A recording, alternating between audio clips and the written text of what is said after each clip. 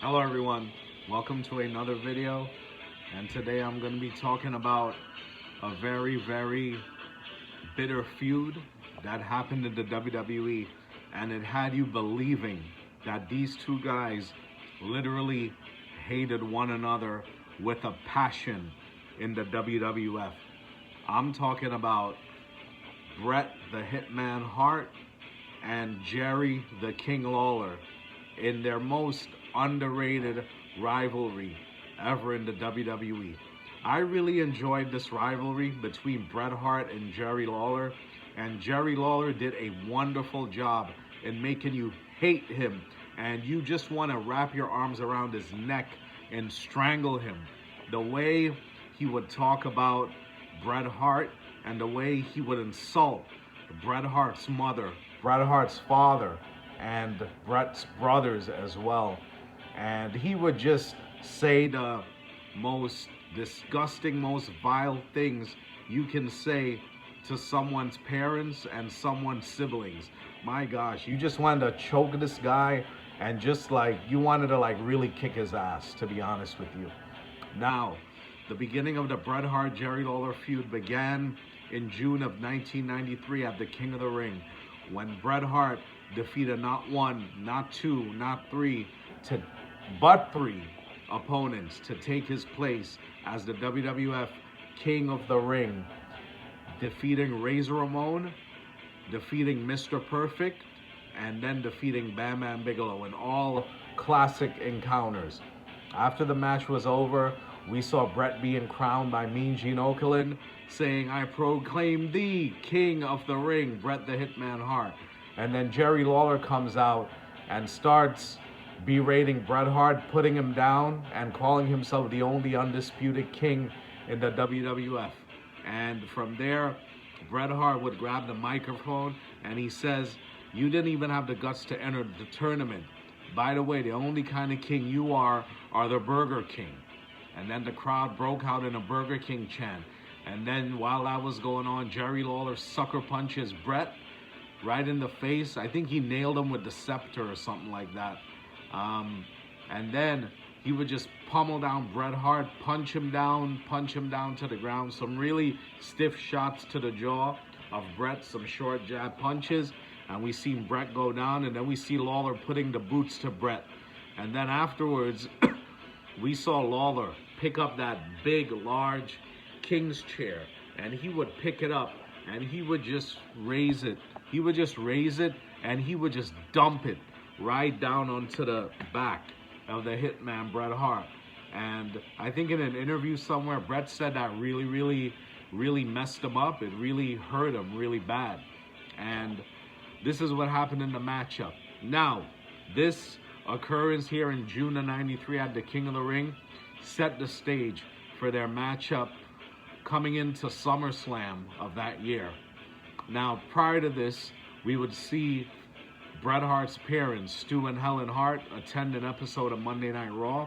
And while they're in the ring, while Bret Hart is in the ring wrestling a match against Bam Bam Bigelow, we would saw Jerry Lawler go to the seats where Helen Hart and Stu Hart are sitting.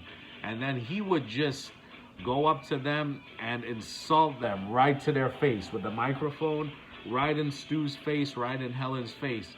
And this incensed Bret Hart. Bret Hart, he was in the match wrestling, in the ring wrestling Bam Bam Bigelow, and there was nothing much he could do but just listen to this guy insult his parents.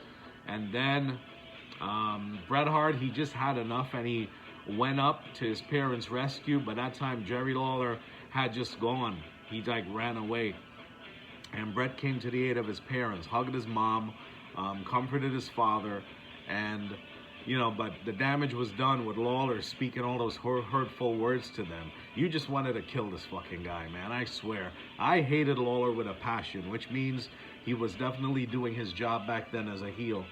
So then you fast forward into SummerSlam, we seen Todd Pettengill interview Owen Hart and Bruce Hart at ringside, and we saw Owen say, or Bruce say rather, that night when Jerry Lawler insulted them, Stu Hart got a little shaken up, and he ended up twisting his knee on the way home, and he had to end up having knee surgery, and he was at home recovering at the time.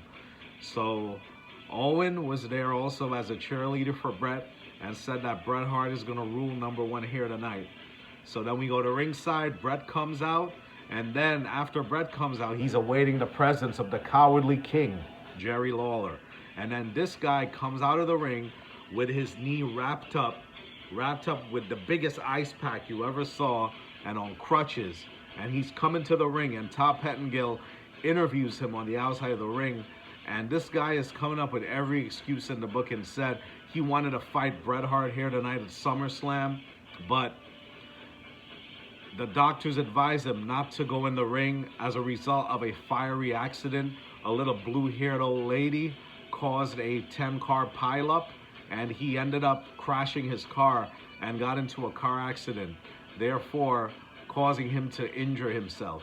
And that's why he come out on crutches. But he made the excuse that Bret Hart is a hated man here in the WWF and how he hates his parents. He kept on saying the same things over and over again. And then he said he has someone who's going to give Bret Hart the beating of his life, and that would be his personal court jester, Doink the Clown, played by Matt Bourne. So we would see Doink the Clown come out, and he would have a bucket of confetti, and he goes near Owen Hart and Bruce Hart at ringside and throws the confetti near some of the fans right next to them. And then he picks up the other bucket and he tosses the bucket slowly, tosses it and empties the bucket onto Bruce Hart. And it happened to be water, cold water. And he wet Bruce Hart, and Bruce Hart got him cinched. He almost jumped over the barricade and attacked Doink the Clown. But anyway, the match began. Bret Hart jumped Doink the Clown on the outside. And this was a pretty good match. It was a technical classic. And we saw them go at it. We saw them wrestle. And we seen why Doink the Clown was such a great technician in the ring. And he was underrated, man. Matt Bourne was the best version of Doink the Clown that we ever saw in the WWF. And while this was going on, we seen Doink the Clown apply a very painful maneuver, a stunt puller. It's where he stands over your shoulders like this and he yanks the leg up like over the head of Bret. But Bret Hart refused to give up. And then there was this one point in the match where he slammed Bret and he climbed up to the ring and he was gonna do that whoopee cushion. It's like a sit down, like a bombs away sit down earthquake splash from the top rope. And he attempted to that, and when he attempted that maneuver, Bret Hart got his knees up, and he just landed. The tailbone of Doink the Clown just landed on the knees of Bret Hart like this as he came over the top rope, and he was in so much pain. And it was just a matter of time.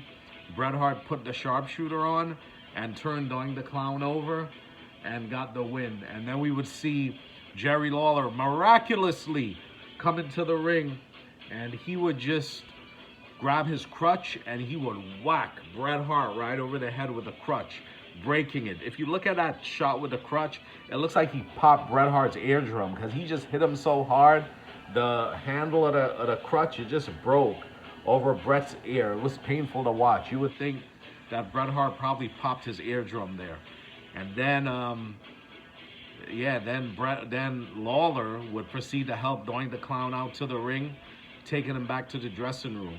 Meanwhile, WWF President Jack Tunney comes out and tells Lawler, what the hell is going on? Are you faking? What the hell are you doing? The people paid to see you wrestle Bret Hart. And then the announcement came that if Jerry Lawler does not go to the ring and wrestle Bret Hart, he will be suspended for life. And Bret Hart just came after this man with such velocity. He snapped, he grabbed a bucket, he nailed Lawler right in the skull with the bucket. And we seen him attack Lawler, biting his forehead, just pummeling this guy, beating the shit out of him.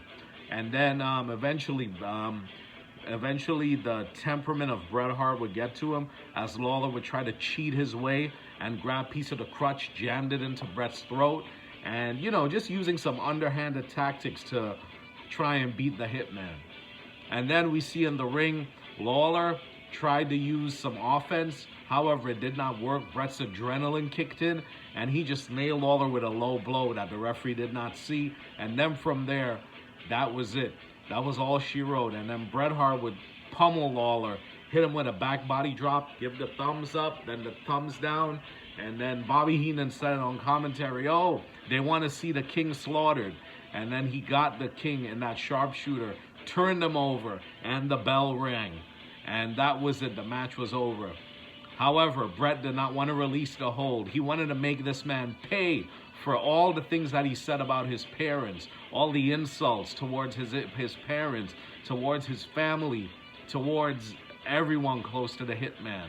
And then after maybe 3 or 4 minutes of the sharpshooter pulling back, you can see Lawler. Bret was actually getting his receipt back from Lawler injuring him at the King of the Ring with that chair drop and with that crutch shot back to the back of the ear. So then he would let go, and then the referee said he's reversing his decision. And then, wow, man, they reversed the decision and said Bret refused to release the hold, and therefore they're reversing the decision, and the undisputed king of the World Wrestling Federation, Jerry the King Lawler. And then they tried to put Lawler on the stretcher, but Bret wasn't having any of it. He went back after the King started pummeling him, while all these officials are grabbing Lawler, putting him on the stretcher, trying to get him out of there.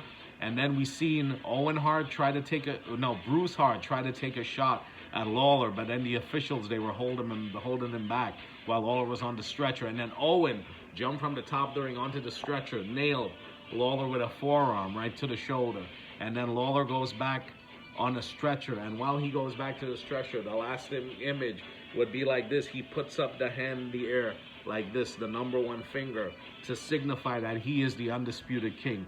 Jerry Lawler may have won the battle, but Bret Hart won the war in one of the most memorable matches in this rivalry with Bret Hart and Jerry the King